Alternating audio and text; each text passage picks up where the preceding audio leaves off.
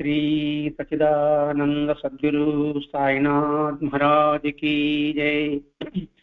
सद्गुरु भरद्वाज महाराज की जय। गुरुदेव दत्त। सर्वसमर्थुడు, సర్వవ్యాపకుడు, సర్వజ్ఞుడు అయిన షిరిడి సాయినాథుని యొక్క అనుగ్రహ కృపా కటాక్షాలతో ఆచార్య కిల భరద్వాజ మాస్టర్ యొక్క ఆశీస్సులతో భగవత్ తత్వం అంటే ఏమిటి, దైవం యొక్క లక్షణాలు ఎలా ఉంటుంది, ఆ దైవం మానవ రూపంలో అవతరిస్తే వారిని ఏమంటారు అనే విషయాలన్నీ కూడా కూలంకుషంగా భరద్వాజ మాస్టర్ గారు మనకి సాయినాథ ప్రబోధామృతం ద్వారా మనకు అందించారు. ఎందుకు అందించారు అంటే, ఈ సమాజంలో నైతిక విలువలు అడుగంటుకుతున్న ఈ కలియుగంలో ఆ నైతిక విలువల యొక్క విశిష్టతని, వైభవాన్ని తెలిపి మానవుని మహనీయుడిగా తీర్చిదిద్దడానికి చేసే ప్రయత్నమే మాస్టర్ గారి యొక్క కృషి. ఎందుకంటే ఈ మానవ జాతిలో ఉన్న బలహీనత ఏమిటంటే, మొట్టమొదటిది బానిసత్వం, స్వాతంత్రం అనేది లేకుండా ఉండడం. అంటే ఎందుకు బానిసత్వం అంటే, మనకై మనం ఆలోచించడం స్వతంత్రం, ఇతరులు చెప్పిన దానిని ఆమోదించడం బానిసత్వం. అంటే ఇతరులు చెప్పింది వినకూడదా, వినాలి, వాటి గురించి ఆలోచించాలి, చర్చించాలి, అవగాహన చేసుకోవాలి, అర్థం చేసుకోగలగాలి, ఆ తర్వాత ఆచరించాలి. అది అలా చేస్తే అది స్వాతంత్రం, అలా కాకపోతే బానిసత్వం. అంతేకాకుండా ఎందుకు సమతుల్యం లేకుండా పోతుంది, సమభావం ఎందుకు లేకుండా పోతుంది అని మనం ఆలోచిస్తే, మనుషులు మానవుల్లో ఆత్మ వికాసం లేకపోవడం వల్లనే, ఆత్మ వికాసం లేకపోవడం వల్లనే ఇటువంటి అసమానతలు కలుగుతున్నాయి అని మాస్టర్ గారు చెప్పుకున్నారు. అంటే ఇక్కడ ఈ సమాజంలో అవినీతికి, బానిసత్వానికి మూల కారణం వ్యక్తి ఆత్మ వికాసం పొందకపోవడమేనని తేలుతుంది అని మాస్టర్ గారు నిర్ధారించారు. తెలుస్తుంది కాదండి, తేలుతుంది అన్నాడండి. అంటే ఈ పదం ఎందుకు రాశాడు, మళ్ళా చూస్తున్నాడు. ఈనాడు సమాజంలో అవినీతికి, అవినీతి అంటే సమతుల్యం లేకుండా, బానిసత్వానికి అంటే స్వతంత్రించి ఆలోచించలేకపోవడానికి మూల కారణం ఏంటంటే వ్యక్తి ఆత్మ వికాసం పొందకపోవడం అని తేలుతుంది. అంటే తేలుతుందని ఎలా చెప్పాడు మాస్టర్ గారు ఇక్కడ? ఈ సమాజాన్ని ఏ దృష్టితో చూశాడు, ఏ దృష్టితో పరికించాడు, అలా పరికించి పరిశోధించి తేల్చి చెప్తున్నాడు. అలాగే సాయినాథుని యొక్క తత్వం పరిశోధించాడు, శోధించాడు. ఆయన తత్వాన్ని మనందరికి అందించింది. అది మానవ జాతి శ్రేయస్సుకి ఎంతో ఉపయోగపడుతుందని భావించే మనకి ప్రబోధామృతం అందించారు. ఈ సాయి తత్వం ఇప్పుడు బాగా ప్రచారానికి వచ్చేటప్పటికీ దీని మీద అనేక అనుమానాలు వస్తున్నాయి, అనేక సందేహాలు కలుగుతున్నాయి. మనం సదాచారం అంటున్నాం, ఆచారం అంటున్నాం, సనాతన ధర్మం అంటున్నాం అని మాట్లాడుతూ ఉంటున్నాం. నిజంగా ఆచారానికి, సదాచారానికి, సనాతన ధర్మానికి అర్థం తెలిసి మాట్లాడుతున్నామా, లేక ఆ పదాలు ఉన్నాయని మాట్లాడుతున్నామా అని ఆలోచిస్తే అర్థం తెలియకనే మాట్లాడుతున్నారు అందరూ కూడా. అర్థం తెలియదు, తెలుసుకోవాలన్న ఆలోచన కూడా ఉండదు. అలా తెలియలేకపోవడం వల్లనే షిరిడి సాయినాథుడు ఆచారాన్ని భ్రష్టు పట్టిస్తున్నాడు, సనాతన ధర్మాన్ని ఆయన సరిగా పాటించడం లేదు అని మనం వింటూనే ఉన్నాం. ఇప్పుడు ప్రశ్న ఏంటంటే, షిరిడీ సాయి ఆచార భ్రష్టుల? అసలు ఆచారం అంటే ఏమిటి? ఇప్పుడు మనం ప్రశ్న వేస్తానే ఆ ప్రశ్నలోకి అర్థం మనం తెలుసుకోవాలి. ఆచార భ్రష్టులైనాడని చెప్తున్నాం. అసలు ఆచారం అంటే ఏమిటి? ఆచారం 2 రకాలు, సదాచారం, దురాచారం. సదాచారం అంటే ఏమిటి? తనకు లోకానికి క్షేమకరమైన పనులు ఏదైతే ఉందో అది సదాచారం. తనకు లోకానికి పీడకరమైనది, పనులు బాధించేవి, బాధ కలిగించే పనులు ఏదైతే ఉంటుందో అది దురాచారం. ఇంకా మనం లోతుగా పరిశీలిస్తే, సదాచారం అంటే పవిత్రమైన ప్రతీక, పవిత్రానికి పరాకాష్ట, దానికి మార్పు ఉండదు. ఇప్పుడు ఆచారం అనేస్తున్నాడు. ఆచారం అంటే ఆచరింప చేసేది, ఆచరింపగలిగినది, ఆచరింపగలిగినది అంటే ఇది ఆచారం. ఇది మనం ఆచరింప చేస్తుంది, ఇది ఆచరించాలి మనం, అది ఆచారం. ఇంకా అంటే మన ఉన్నత కోసం, మన శ్రేయస్కరం కోసం, సమాజ హితం కోసం అందించిన కర్మే ఆచారం. ఇది మనం ఋషులు అందించారండి. మన ఉన్నతి ఉండాలి, మనకు శ్రేయస్సు ఉండాలి, సమాజ హితం ఉండాలి. అటువంటి పనులు ఏదైతే ఉందో ఆ పనుని ఆచరించడమే సదాచారము. మరి ఈ పవిత్రమైన పరాకాష్ఠకి, మార్పు లేని దానికి, ఉన్నతి సమాజ హితం కోసంగా, మనిషి ఉన్నతి కోసంగా బాబా చేసిన ఆచార పరాకాష్ఠలు ఏమిటి? ఒకటి ఆచారంలో ఉంటుందండి, మొట్టమొదటి సత్యవాక్కు, సధర్మము, పరంపరాగత సధర్మము, దాన్ని పాటించడమే ఆచారం. ఒకటి సత్యవాక్కు. అందుకే బాబా చదవండి, సత్యానంటి పెట్టుకున్న వాడి వెంట నేను వెంట ఉంటా అన్నాడు. ఈ పదం బాబా చెప్పడం కానీ, సత్యమేవ జయతే, ఇది ఎప్పటి పదం? మరి సత్యవాద కలిగి ఉన్నప్పుడు వాడు ఆచార భ్రష్టుడు అనడానికి ఎలా అవకాశం ఉంటుంది? సత్యానికి విరుద్ధంగా ఆయన యొక్క ప్రవర్తన, ఆయన యొక్క మాట, ఆయన యొక్క నడక ఉందా అను మనం అనేక కోణాల నుంచి ఆలోచించాలండి. ఎందుకంటే మనకి అనుమానం వస్తుంది. ఎందుకంటే బాబా అలా వేషం వేసుకున్నాడే అని సందేహం మనకు కలుగుతుంది. జైశాదేశ్ వైశావేశ్ అన్నాడు, దేశ కాలాంతర నుంచి వేషం వేసుకోవడం చెప్పాడు. అదేదో మాట చెప్పాడులేండి అని మనం తోచిపుచ్చేస్తుంటాం. ఇప్పుడు బద్రీనాథ్, కేదార్నాథ్, అమర్నాథ్, అక్కడ పూజారి లేక వస్త్రాలంకరణ ఎలా ఉంటుంది? మన దక్షిణ భారతదేశంలోన పూజారి లేక వస్త్రధారణ ఎలా ఉంటుంది? అదేంటండి వాళ్ళు తలకి కుళాయి వేసుకొని, స్వెటర్ వేసుకొని పూజ చేస్తున్నారే, అది ఆచారానికి విరుద్ధం కదా అని మనం అంటే ఎలా ఉంటుంది? అక్కడ వాతావరణ పరిస్థితులను బట్టి వాళ్ళు అలా ధరించారు. ఇప్పుడు జైశాదేశ్ వైశావేశ్ అనేది అర్థం అండి. అక్కడ అలా ధరించి వాళ్ళు భక్తిగా చేస్తున్నారా లేదా, అది కావాలి మనకి. నువ్వు ఏ వేషమైనా వేసుకో, నీ ధర్మాన్ని నిర్వర్తిస్తున్నావా లేదా? ధర్మానికి విరుద్ధంగా ఉందా మనం ఖండించవచ్చు. ఇట్లా ఆలోచించినప్పుడు ఇంకా బాబా ఆచార భ్రష్టుడు ఎలా అవుతాడు? పోనీ ఆయన ఒక మత చిహ్నమైన పెట్టుకున్నాడా అంటే లేదు. భూమికి ఏ కులం, గాలికి ఏ కులం, ఆకాశానికి ఏ కులం?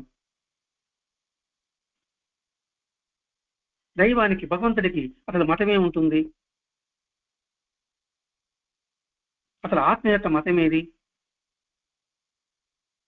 అనుకోండి, ఒక డాక్టర్ వైద్య వృత్తి ఉంది. ఆ వైద్య వృత్తిలో అనేక మతాల వాళ్ళు ఉన్నారు, అనేక కులాల వారు ఉన్నారు. మరి మనం డాక్టర్ అని సంబోధిస్తామా? లేదు, ఫలాని మతం డాక్టరు, ఫలాని కులం డాక్టర్ అంటామా? అంటే డాక్టర్ చేయవలసిన ధర్మాలకు నిర్వర్తిస్తున్నప్పుడు డాక్టరే అంటాం. అలా కాదండి, ఈ కులం వాడే డాక్టర్గా ఉండాలి, ఈ మతం వాడే డాక్టర్గా ఉండాలి, పోనీ మన మతం కాని వాడి డాక్టర్ అడిగి మనం పోకుండా ఉంటున్నామా? కంటి డాక్టర్ నా మతం వాడు కాదు, నా కంటి నొప్పి వచ్చింది, నా మతం వాడు కాదు, నా కులం వాడు కాదని పోకుండా మానతామా? మానం. ఎందుకంటే ఆ కంటి యొక్క ధర్మాన్ని వాడు పాటిస్తున్నాడు కాబట్టి. అలాగే మన మనుషులు ఏం చెప్పారో ఆ ఆచార పరాకాష్ఠని ఎవరైతే ఆచరిస్తున్నారో వాళ్ళందరూ దైవ స్వరూపులే, మహాత్ములే. అందుకే ఆచారం అంటే సత్యవాక్కు, స్వధర్మము అని చెప్పడం ఇక్కడ ఉద్దేశం అండి. అంటే మతానికి కులానికి ప్రాధాన్యత లేనిది ఏదైతే ఉందో అదే నిజమైన ఆచారము. అందుకని వారి వారి చిహ్నాలను బట్టి, వారి వారి వేషాలను బట్టి మనం నిర్ణయించకూడదు ఆచార భ్రష్టుడని. అవన్నీ కూడా దేశకాలానికి చుట్టిన గుర్తులే కానీ మరి వాటి లక్ష్యం ఏంది? ఆ వేషం వేసుకున్నాడు, వాటి లక్ష్యం ఏంది? భక్తిభావమే. వాళ్ళ లక్ష్యం భక్తిభావాన్ని పెంపొందించడమే. ఆ వేషానికి తగ్గట్టుగా అతడు ఆ కర్మ నిర్వర్తిస్తున్నాడు లేదా, సుధర్మ నిర్వర్తిస్తున్నాడు లేదా. మరి ఏ వేషమని వేసుకొని ఇప్పుడు ప్రవచనాలు చెప్పే ఒక వ్యక్తి ఉన్నాడు, అతడు ఉద్యోగం చేస్తుంటాడు, ప్రవచనాలు చెప్తుంటాడు. ప్రవచనాలు చెప్పేటప్పుడు ప్యాంట్ షర్ట్ వేసుకుని చెప్తాడా? ప్రవచనాలు చెప్పేటప్పుడు ఆ ధోవతి పైన ఉత్తరం వేసుకొని చెప్తారు. ఉద్యోగం వెళ్ళేటప్పుడు ప్యాంట్ షర్ట్ వేసుకుంటాడు. అంత మాత్రాన ఆయనలో ఆచార భ్రష్టుడు మనం అనగలుగుతామా?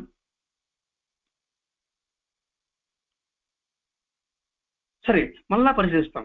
పోనీ బాబా యొక్క దినచర్యలో, బాబా యొక్క జీవన శైలిలో మన ఆచారాలు చెప్తున్నాం. హిందూ ధర్మ ఆచారాలు అంటున్నాం, సనాతన ఆచారాలు అంటున్నాం. ఆ ఆచారంలో ఒక నియమం ఉంది. ఏముంది? సాధువు అనేవాడు, సాధకుడు అనేవాడు, సన్యాసి అనేవాడు, ఫకీర్ అనేవాడు ఎలా ఉన్నాడు, ఆ ధర్మాలు మనకి భగవద్గీత చెప్పబడి ఉంది, వేదాల్లో చెప్పబడి ఉంది. అందులో ఏం చెప్పారు? ఉన్నదాంతో తృప్తి పడడం, మానవత దృక్పథం కలిగి ఉండడం, రాగద్వేషాలకి స్పష్ట లేని ఆంతరంగ భావాలు కలిగి ఉండడం, నిరాడంబరత ఉండడం, వైరాగ్యం కలిగి ఉండడం, ఇవి ఆచారాలు చెప్పబడి ఉంది. ఇవన్నీ కూడా బాబాలో మనకి కనిపిస్తుందా? కనిపిస్తుంది. ఇవన్నీ బాబా జీవితంలో ఉన్నప్పుడు బాబా ఆచార భ్రష్టుడు మనం ఎలా అంటాం? ఆయన అపారమైన మానవత, మానవత్వమే కాదు సకల జీవ కారుణ్యం. మానవత అంటే మనుషులేని అనుకుంటున్నాం, సకల జీవ కారుణ్యం అన్ని జీవుల పట్ల, అన్ని ప్రాణుల పట్ల. భిక్షకి దొరకనప్పుడు కూడా 1-2 నెలలు పెట్టుకుని తృప్తి పడడం, రాగద్వేషాలకి అంటే ఇష్టాయిష్టాలకి అతీతంగా ఉండడం. చలికాలం మంట ఎక్కువ పెట్టారు, గిరిలో కర్రలు కట్టారు, బాబాయ్ ఏమన్నా అందులో కూర్చున్నాడా? ఎండాకాలం వచ్చింది, చుట్టూ గోతాలతో చమ్మగలికి చుట్టూ కట్టారు, బాబాయ్ ఏమన్నా ఉన్నాడా? అది మనం పట్టుకోవాలి. అంటే ఎందుకు మనం వివరించుకుంటున్నాం? మన సాయిరాన్ని ఆరాధిస్తున్నప్పుడు మనకి సందేహాలకి రాని విధంగా మాస్టర్ గారు మనకు అందిస్తున్నారండి ఇక్కడ ఈ బోధామృతం ద్వారా. అందుకని ఇక్కడ సాయి ఆచార భ్రష్టుల అనే దానికి అవకాశమే లేదు. కానీ అహంకార మదాంధులు ఉంటారు కొందరు, మా కులం గొప్పది, మా మతం గొప్పది అని. వాళ్ళు ఆలోచిస్తే మరి అది నిజమైన ఆచారాలే కదా అని ఆచరించేందుకు కూడా. మళ్ళీ ఒక ప్రశ్న వేశారండి, ఆయన బీడి తాగాడండి, పుక్క తాగాడండి, మత్తులో ఉన్నాడండి, ఆయన ఆచార సంపన్నుడు అని అంటారు. అన్నాడు కూడా. నిజంగా అలా అన్నవాడు మనం పురాణాలకు వెళ్ళాలి. మన పురాణాల ప్రమాణం కదండి. అన్ని అవతారాలకు దత్తాత్రేయుడు అన్నారు. అదే దత్తాత్రేయుడు కార్తీకరాజు నడుస్తే అతనికి చేతులు కుంటిపోతే దత్తాత్రేయుడు ఏ విధంగా కనిపించాడు మన పురాణం రాసింది కదా. ఒక తాగుబోతుగా, స్త్రీలు పక్కన ఉన్నట్టుగా, తులుసున్నట్టుగా, దగ్గర వస్తే కాల్చు కొట్టినట్టుగా, ఇది మనం దత్త మహాత్మ సినిమాలో చూసుంటాం. మరి ఆ పరిస్థితి ఏమిటి? అలా ఎందుకున్నాడు అంటే అవధూత సాంప్రదాయం ఒకటి ఉంటుంది అని మన దిగ్గజ చెప్పబడి ఉంది అని తెలుసుకున్నవాడు ఈ మాట మాట్లాడాడు. మాస్టర్ గారు సిగరెట్ కాల్చాడండి, మన యూట్యూబ్లో ఒకటి పెట్టాడు. బాబా చెప్పాడు కాబట్టి భరత్ సిగరెట్ కాల్చాడని ఒక యూట్యూబ్లో ఒక టైటిల్ పెట్టి ఒకటి పెట్టాడు. గోపాంజలి టైటిల్ వరకు చూసాం. బాబా చెప్పాడని మాస్టర్ గారు చెప్పాడా అంటే మనందరం టక్కన గోపాంజలి చేస్తాను. అందుకే సన్నిహితంగా ఉండి సాన్నిధ్యంలో ఉంటూ వారిని గమనించి వారు చేసిన విధి విధానాన్ని పరికించి ఆలోచిస్తే మనకు నిజమే తెలుస్తుంది. ఇప్పుడు మాస్టర్ గారు బాబా చిరునవ్వు, బాబా నవ్వు, బాబా చూపు అని ఎందుకు అధ్యాయాలు పెట్టాడు? ఇక్కడ జాగ్రత్త గమనించు, గమనిస్తే నీకు సత్యం బోధపడుతుంది. ఇలా ఎలా సత్యం బోధపడుతుంది? మనం పజిల్ చూస్తుంటున్నాం, పిచ్చి పిచ్చి గీతలు ఉంటుంది, దారి కనుక్కొని చూద్దాం అంటారు. దారి కనుక్కొని చూద్దామంటే ఏం చేయాలి? మనం ఏం చేస్తాం? మనం ఒళ్ళంతా కనులు చేసుకుని చూస్తాం. అలా ఒళ్ళంతా కనులు చూస్తే కానీ మనకి అక్కడ దారి కనుక్కోలేం. అలాగే మహాత్ముల విషయంలో, భగవంతుడి విషయంలో ఒళ్ళంతా కన్నులు చూసుకోవాలి, చూడగలగాలి, ఒళ్ళంతా చెవులు చేసుకోగలగాలి, ఆయన చెప్పిన బోధ వినగలగాలి. అప్పుడు మనకు అర్థమవుతుంది, అవగాహన వస్తుంది. ఆ ఒళ్ళంతా చూడ మనకు బద్ధకం, అందుకని ఏదో ఒకటి విమర్శిస్తున్నారు. ఆ విమర్శించింది మనం నిజమే కాబోలు అనుకుంటాం. మనకి ఇటువంటి సంశయాలు వస్తాయని మాస్టర్ గారు బోధామృతం అందించాడండి. ఈ సాయన ప్రభావం అందించిన మాస్టర్ గురితే కాదు, ఇది ఒక అతీతమైన స్థితి అవస్థలో రాసింది గ్రంథమే. ఇది జాగ్రత్త స్వప్న శిశువస్థను దాటి రాసిన గ్రంథం ఇది. అందుకని మతాంధులకి తెలియవు. మరి మతాచారాలు ఉన్నాయి, కులాచారాలు ఉన్నాయి కదా అండి అంటాం. ఈ మతాచారాలు, కులాచారాలు ఎందుకోసం పెట్టాడంటే ఉత్తమైన సంస్కారాన్ని మనం పెంపొందేందుకు అది ఉపకరణాలు మాత్రమే అని వివేకంతో ఆలోచిస్తే తెలుస్తుందంటారంటే మాస్టర్ గారికి.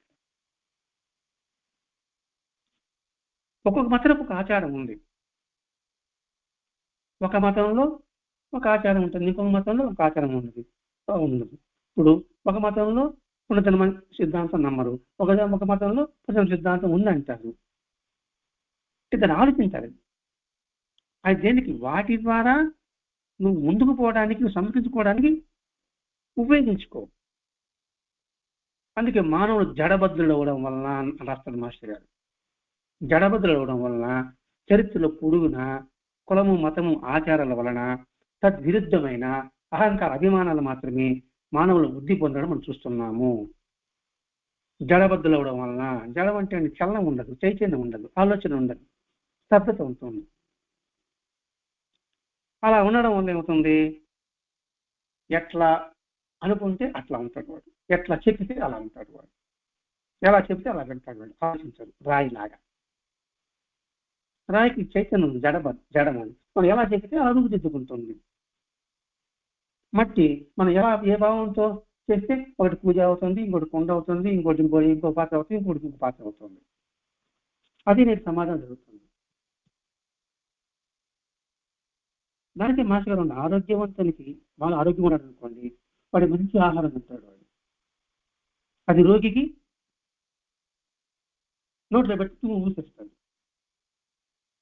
ఆ రోగే ఆచారం గురించి, సదాచారం గురించి, సనాధర్మం గురించి తెలియని వాళ్ళు. వాళ్ళకి సత్యవా కంటే చేదు, చదరం అంటే వాంతి.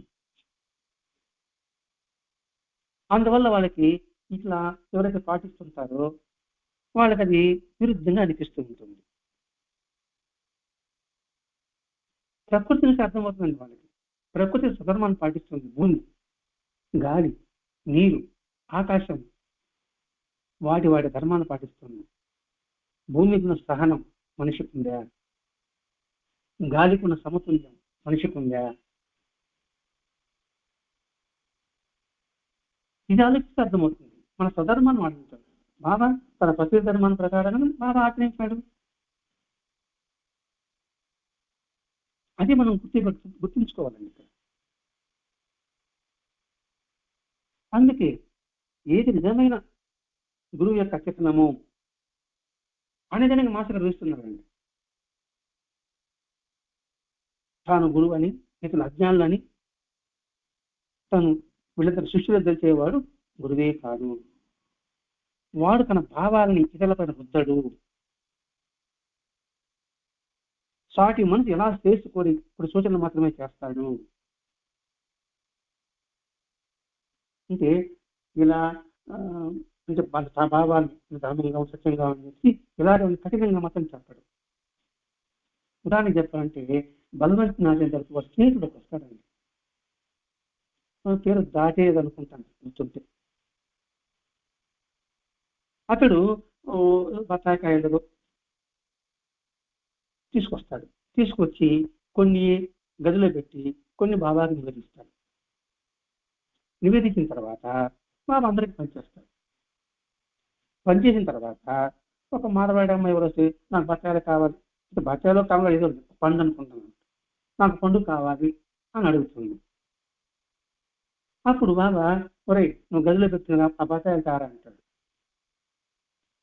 నేను ఉపవాసం ఉన్నానండి, రాత్రి నేను తినడానికి పెట్టుకున్నానండి అని అంటాడు. బాబా మరి ఏం మాట్లాడలేదు. బాబా ఏమి తిరిగి అడగలేదు. చూడండి ఇక్కడ, అక్కడ చూడండి, అక్కడ బాబా అడుగుతున్నాడు కదా, ఇద్దామని ఆలోచన లేదు. నేను ఉపవాసం ఉన్నాను కాబట్టి నేను పెట్టుకున్నాను. మరి సద్గుణం ఆచరించిన తర్వాత గురువు చెప్పిన మాటను వినాల్సిన ధర్మం ఉంటుందా లేదా?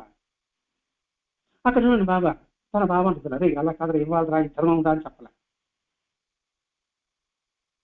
అది నిజమైన గురువు యొక్క లక్షణం. ఎందుకు ఈ గురువు లక్షణము? శ్రీకృష్ణ భగవానుడు భగవద్గీతలో అర్జునుడికి కృష్ణుడు చెప్పాడు కాబట్టి. మరి కృష్ణుడు చెప్పిన ఆచార్యం బాబా చెప్పాడు. మరి ఆ బాబా ఆచార్య దశలు ఎలా అవుతాడు? నిజమైన గురువుకి ఏంటి? అపారమైన ప్రేమ, వినమ్రత, ఇది గురువు యొక్క లక్షణాలు. తనకు శాస్త్రాలను తెలుసుకునే పాండిత్యాన్ని బాబా ఎప్పుడు ప్రకటించలేదు. గురువు తగిన వాడు ఇలా ఉంటాడు. తిరిగి ప్రకృతి ఉదాహరణ చెప్పుకున్నాం. భూమి అంతరిస్తాను నేను గర్వపడింది ఏమన్నా? గాలి గర్వపడిందా? ఇవన్నీ మనం ఎందుకోసం వెలుచుకుంటున్నామో బాగా ఆలోచించాలని ఇక్కడ. మనం ఏ దైవానికి ఆరాధిస్తున్నామో, ఏ భగవంతుని అయితే మనం విశ్వసిస్తున్నామో ఆయన యొక్క జీవన స్థితి మనకు తెలియడం కోసమే. అందుకనే మాస్టర్ గారు ఇంత కష్టపడింది రాశారండి ఇక్కడ. అందువల్ల ఆరోగ్యవంతానికి ఏదైతే పుష్టికరమైన ఆహారమో రోగికి అది నచ్చనట్టుగా. అందుకే నిజమైన గురువులకి నకిలీ పండితులకి ఎప్పుడు ఘర్షణ ఉంది, ఎప్పుడు ఘర్షణ ఉంది. ఎందుకంటే వీడికి రోగి, వీడికి మంచి అంటే నచ్చదు వీడికి. ఇది ఇక్కడ విషయం చెప్పుకోవడానికి కాదండి, బైబిల్లో కూడా వస్తుందండి. యేసుక్రీస్తు ఉత్తమ యూదుకులను జన్మించినవాడు. అతడు ఇతర వర్ణతులతో కలిసినప్పుడు, వారితో కలిసి భోజనం చేస్తున్నప్పుడు అతడు సన్యాసి అడిగాడు, ఏమిటి ఇలా చేస్తున్నారే, నువ్వు ఎక్కడికంటే ఇక్కడ వెళ్తున్నారే, నీ ఆచారాలంతా బస్టు పట్టిస్తున్నావే అన్నప్పుడు ఆయన చెప్పిన మాట ఒకటే, మానవుడు తనలో స్వీకరించే వాటి వలన కంటే తన నుండి బహిర్గతమయ్యే వాటి వలన ఎక్కువ అపవిత్రుడవుతాడు అని బుద్ధి చెప్తాడు. తనలో స్వీకరించే వాటి వలన వాటికంటే తను బయట వస్తుంది, దానివల్ల తెలుస్తుంది వాడు పవిత్రుడా అపవిత్రుడా అని. అంటే ఇది భాషాచారం కాదు నాకు కావాల్సింది, అంత స్తోత్రం కావాలి. నువ్వు బాధ స్తోత్రాన్ని చూసి నువ్వు మెరిసిపోతే ఎట్లా అని యేసుక్రీస్తు చెప్పున్నాడు. అంటే దీన్ని బట్టి అర్థం ఏంటి? మనం బాబా వేషభాషలను చూసి ఆయన భ్రష్టుడిని నిర్ణయిస్తామా? అవధూత సాంప్రదాయాన్ని వక్రీకరిస్తామా అని ఆలోచించాలి ఇక్కడ. అందుకని మనలో మనోభావాలు, యోచనలు, మాటలు, చేతలు మనలోంచి బహిర్గతమయ్యేవి. ఏది బహిర్గతమవుతుందో అదే సదాచారం, అదే దురాచారం. అంటే బహిర్గతమైన దాన్ని బట్టి చెప్పాలి మనం, ఇది సదాచారం, ఇది దురాచారం అని. నువ్వు ఆచారాలతో ఉంటూ మనసు కలుషితమైనప్పుడు దానివల్ల ఏం ఉపయోగం ఉంటుంది? కపటుడు అంటారు. అంటే ఎవరికి తెలియని భగవంతుడు తెలుస్తుంది అనే విషయాన్ని గుర్తుపెట్టుకుంటే కపట నాటకాలు ఉండవు. అదే కదా గొలగుండ వెంకటేశ్వర గారి ఫోటో తీసేవాడు ఉన్నాడు అంటాడు ఆయన.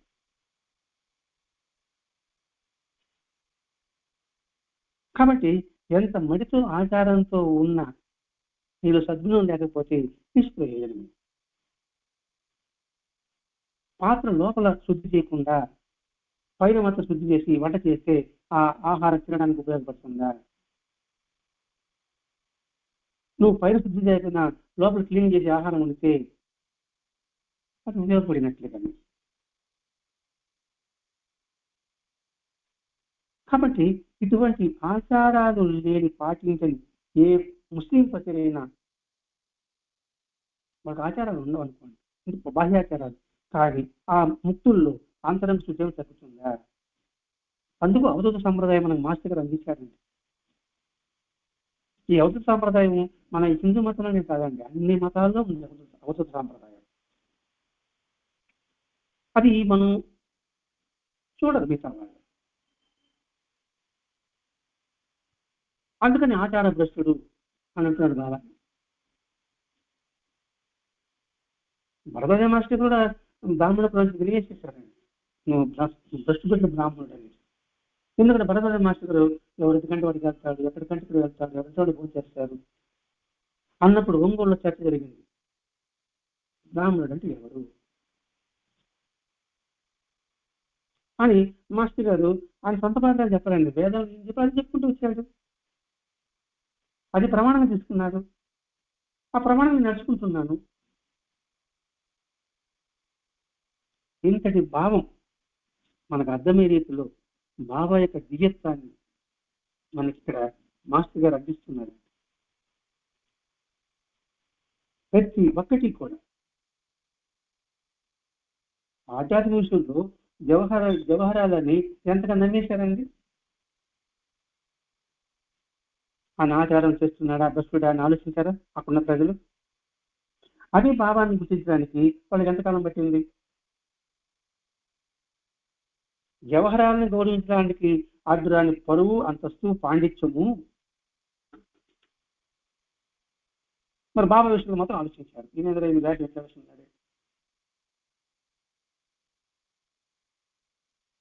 అంటే ఎంతగా బాబాని ఆశించకుండా అవి ఎంతగా అడ్డుకున్నాయో.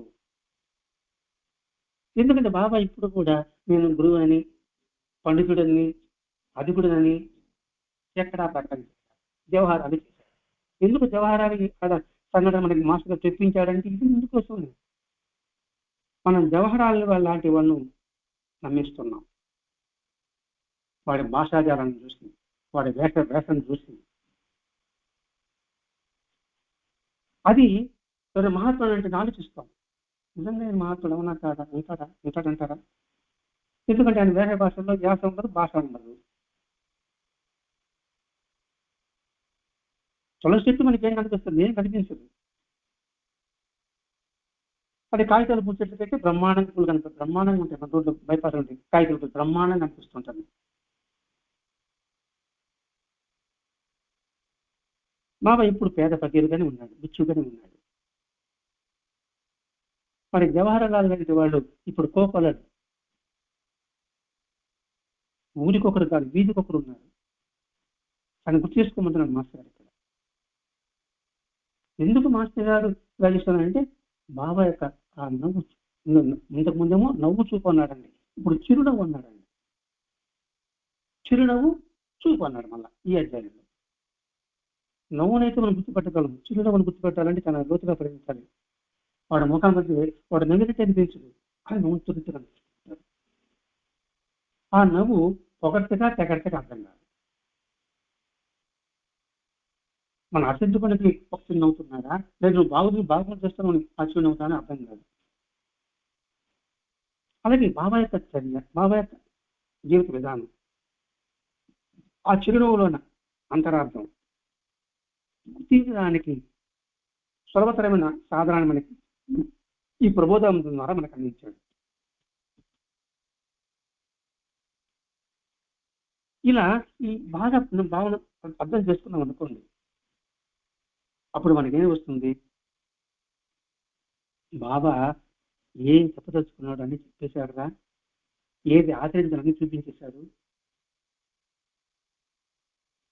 కానీ వారు చెప్పిన ఆ మాటలని, వారు చేసిన చేతలని మనం వివరించుకుంటున్నామా, వివరించుకుని తెలుసుకోగలుగుతున్నామా అని నేను చూస్తున్నాడు. ఒరే నేను మాటలో చెప్పేశాను, చేతలో చెప్పేశాను రా, నువ్వు గ్రహిస్తున్నావా అని ప్రశ్నిస్తున్నట్టుగా ఉంటుంది ఆశ్చర్యం. లేదు అది తెలుసుకున్న వాళ్ళ పట్ల శబాష్ అన్నట్లు ఉంటుంది ఆశ్చర్యం. ఆ చూపు తెలుసుకునే వాళ్ళ పట్ల కూడా ఆశ్చర్యంలో అంతరార్థం ఉంటుంది. అందుకే బాబా చేతులు రాస్తున్నాను, గురుజీతులుగా రాస్తున్నాను అని అంటూ ఉంటారండి. బాబా చెప్పిన ఈ బోధామృతులని అంతరంగాన్ని వివరిస్తున్నారా పట్టుకోలేమని. ఇక్కడ సాయినాథ్ జీవిత రాసేవాడు కోకొల్లుగా ఉన్నారు, గురుచిత రాసేవాడు కోకొల్లుగా ఉన్నారు. కానీ బాబా చెప్పిన బోధామృతాన్ని వివరించగలుగుతున్నారా? చదువుకుంటున్నారు వాళ్ళు, చదువుకుని పక్కన పెడుతున్నారు. ఇప్పుడు మాస్టర్ గారి ముందు ఎంతమంది బాబా రాసుకుంటారండి? కానీ ఇంతగా వివరణగా ఇచ్చిన గ్రంథం ఎక్కడ ఉంటుందా? వివరణగా ప్రమాణకంగా బాగా ఆలోచించాలండి. బాబా దేవుడు ఎలా ఏడని ఒక పుస్తకం మనకు రిలీజ్ చేయండి, తప్పని చెప్పడం లేదు.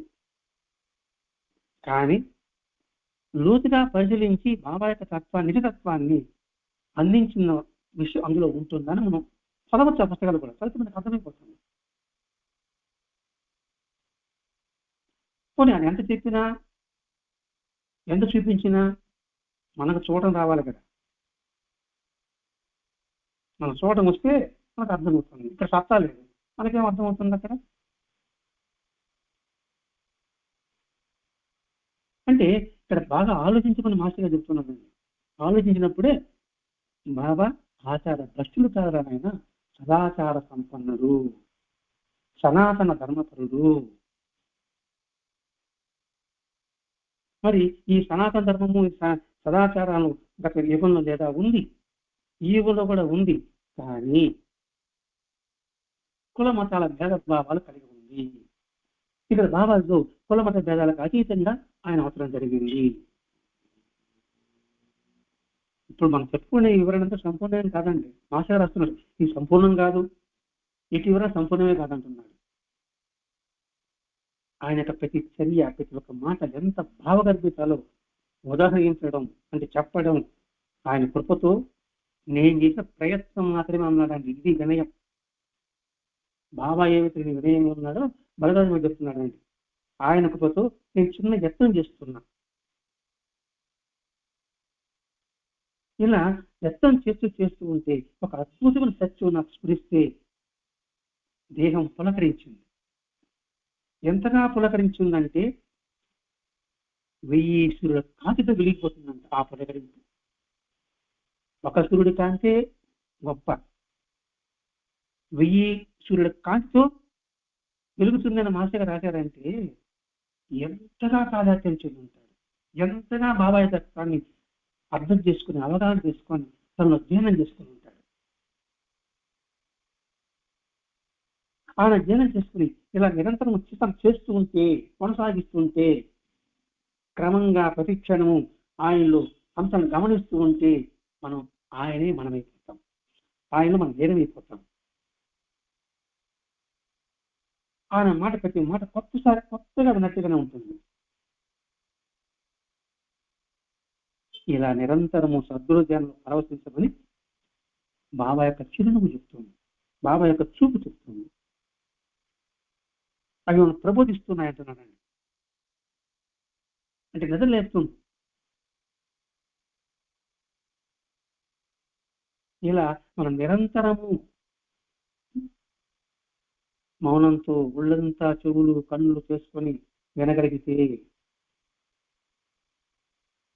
అప్పుడు ఆధ్యాత్మిక శక్తి మీద బోధపడుతుంది. ఆయన కాదు, ఆ రూపం కాదు, ఆధ్యాత్మిక శక్తి మీద మనకు బోధపడుతుంది.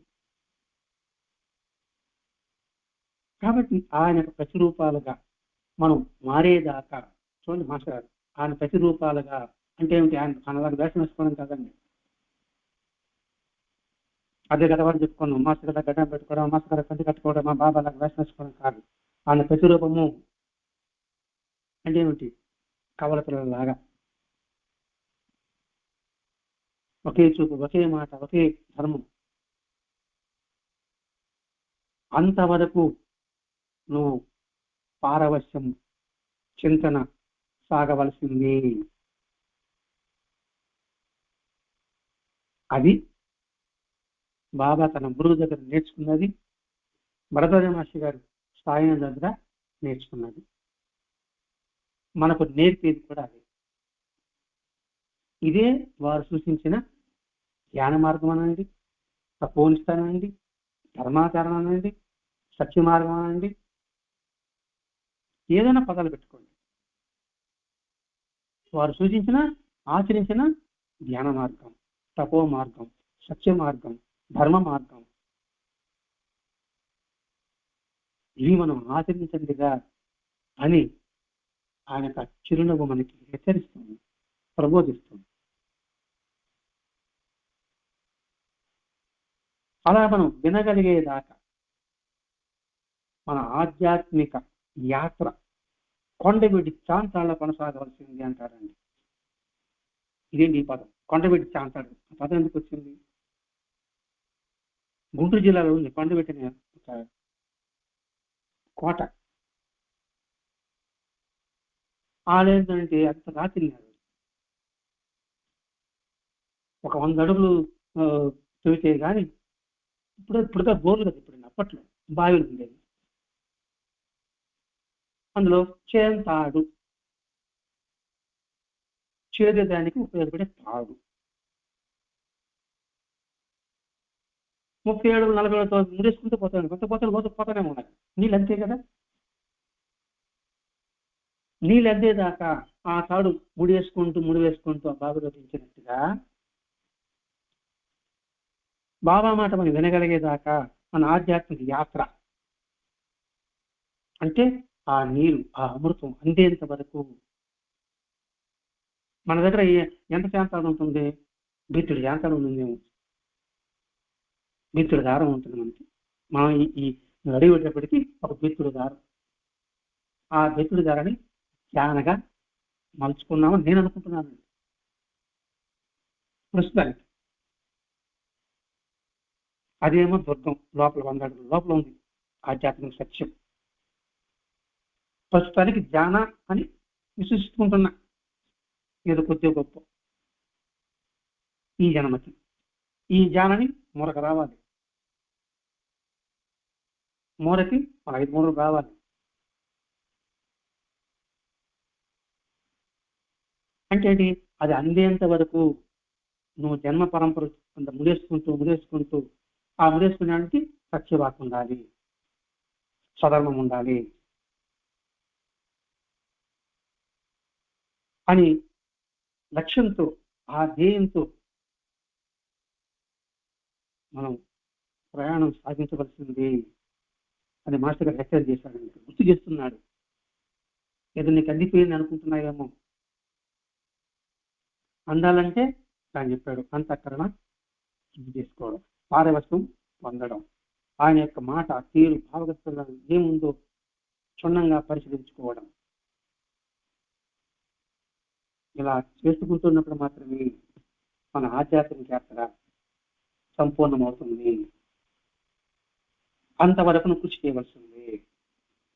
ఆకలి తీరే వరకు అన్నదింటాం కదండి. ఇప్పుడు హైదరాబాద్ పోవాలంటే ప్రయాణానికి ట్రైన్ మిస్ అయింది అనుకోండి, వెంటనే బస్ స్టాండ్కి వచ్చాము, నెల్లూరుకి బస్సు వచ్చింది, నెల్లూరుకి ఎక్కాం, నెల్లూరు నుంచి విజయవాడకి బస్సు వచ్చింది, విజయవాడకి ఎక్కాం, విజయవాడ గుంటూరుకి బస్సు వచ్చింది, గుంటూరుకి ఎక్కాం, గుంటూరు హైదరాబాద్ వచ్చి హైదరాబాద్కి వెళ్ళాం. ఇంకా బస్సు డైరెక్ట్ భద్రత మరి ఏం చేయాలి? ఒక్కొక్కటి ఉపకరణంగా చేసుకుంటూ వెళ్ళాలి. ఆ ఉపకరణాలను మాస్టర్ గారు అందించాడు. మొట్టమొదటగా పారాయణ అందించాడు, సత్సంగం అందించాడు, సద్గోష్ఠి అందించాడు.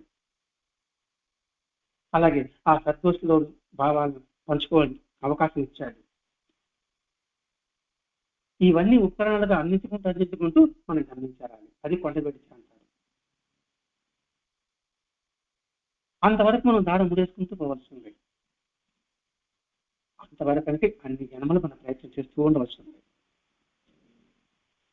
ఈ జన్మలో బెతుడి ధ్యానం నేను భావించుకున్నాను. మిగతా వాళ్ళు 3 ఉండొచ్చు, 13 ఉండొచ్చు, మనకు తెలియదు కదా. ఈ జ్ఞానాన్ని మొరకి గమనించుకోవాలంటే ఈ జన్మ నిరంతరం ఒక జంటలు కావాలంటే అది నారలు ఉంటాయండి. అనేక నారలు దాన్ని కలుపుకొని దాన్ని పేడిన తర్వాత బలంగా ముడివేస్తే అదొక దారం అవుతుంది. ఆ దారాన్ని తీసుకొచ్చి ఇంకో దాన్ని ముడియాలి. అంటే అనేక దారాల పరంపర శాంతాలు. అంటే ఒక సరైన పట్ల ఎలా అవుతుంది? ఒక 100 సన్నపుర దారాలు దాన్ని బాగా తేడగలిగితే, ఇప్పుడు చూడండి గడ్డిపోతలు, అనేక గడ్డిపోతలు కట్టి ఒక ఎంటు అంటారండి, ఇది మోపులు కట్టడానికి. అలా ఎంటు కట్టగలిగితే ఆ మోపును ఎలా కట్టగలము, అలాగే అనేక ఎంటులతో పదగజాన్ని ఎలా బంధించగలము, ఇవన్నీ వస్తుందండి పండుగ శాంతాలు. నాకు అంతరార్థం. అంతేకాకుండా పండగ పోవాలంటే దారి కూడా ఉంటే దగ్గరగా ఉంటాయంట. ఫర్నిచర్ దారంగా ఉన్నట్టుగా ఉంటుందండి.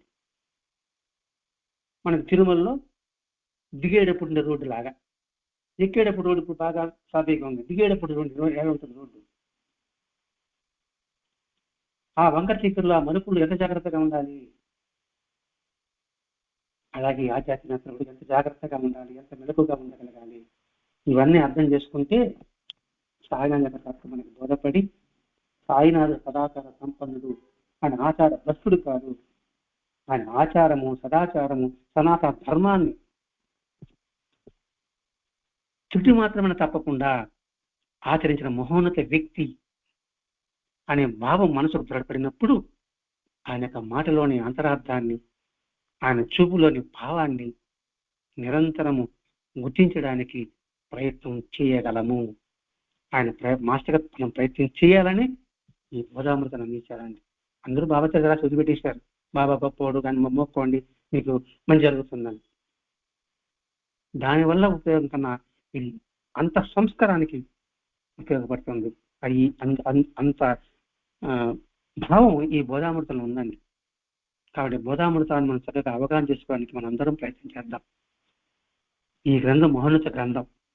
ఏదో విన్నామా చదివామని కాదు, విన్న దానిని మళ్ళా మననం చేసుకోవడానికి, దాని గురించి చర్చించుకోవడానికి, సద్గోషపడడానికి మనం ప్రయత్నం చేయవలే. ఎందుకంటే అలా హోంవర్క్ చేస్తేనే కదండి గుర్తుంటుంది. ఇది వినేశం బాగుంది అనుకునేది కాకుండా నిరంతరము శ్రమించాలి. మాస్టర్ రాశాడండి, అందుకే నేను ప్రయత్నం చేస్తున్నాను అని మాస్టర్ గారు స్పష్టంగా రాయేశాడు. ఆయన కృపతో నేను ప్రయత్నం చేస్తున్నా. ఎందుకంటే ఆయన మాటలు ఎంత భావగర్భితమైన ఉందో తెలుసుకోవాలి, తెలియజెప్పాలి. కాబట్టి ఆ ప్రయత్నంలో మనము భాగస్వాములవుతూ సాయినాథ ప్రతి ఒక్క మాటని క్షుణ్ణంగా మనం పరిశీలించడానికి ప్రయత్నం చేద్దాం. అంటే ఇది ఒక ఇది ఉందండి. రేపు సమ్మేళనంలో సాయిలాంత గ్రంథం మీద, గురుచిత్ర గ్రంథం మీద ప్రశ్నావళి ఇస్తారట. కాబట్టి గురుచిత్ర సాయిరామతాన్ని సమ్మేళనం వరకు క్షుణ్ణంగా ఒక్కొక్క పదంలో ఎటువంటి భావం ఏముందని క్షుణ్ణంగా పరిహరించి ఆ ప్రశ్నావళిలో మనందరం పాల్గొని విజేతలు కాగలిగినప్పుడు మనం సరిగా పారాయణ చేసినట్టు అని ఎవరికి వాటి నిర్ణయం అండి. ఎవరికి వాటి నిర్ణయం అది. ఇప్పుడు మన మనిషి తప్ప ఏదో సక్రంగా మనం పారాయణ చేశాం కాబట్టి, అందులో పాల్గొనడానికి మనకు అవకాశం వచ్చింది కాబట్టి అందులోని ప్రశ్నకి సరైన సమాధానం రాయగలుగుతాము. నేనంతే, నేను రాయలేకపోతే నా పరిస్థితి కూడా అంతే. ఎవడైనా అంతే. మన సత్తా ఏదో రేపు సమ్మేళనంలో మనకి తెలుస్తుంది. కాబట్టి బాబా యొక్క చూపులో, బాబా యొక్క నవ్వులో అంతర్గత భావగతిన భావాన్ని తెలుసుకుంటూ, బాబా సదాచార సంపూర్ణమైన భావాన్ని దృఢపరచుకుంటూ మనం సాయి సన్నిధిలో విశ్రమిద్దాం. స్వస్తి. శ్రీ సచిదానంద సద్గురు సాయినాథ్ మహారాజ్ की जय. सद्गुरु भरद्वाज महाराज की जय. गुरुदेव दत्त.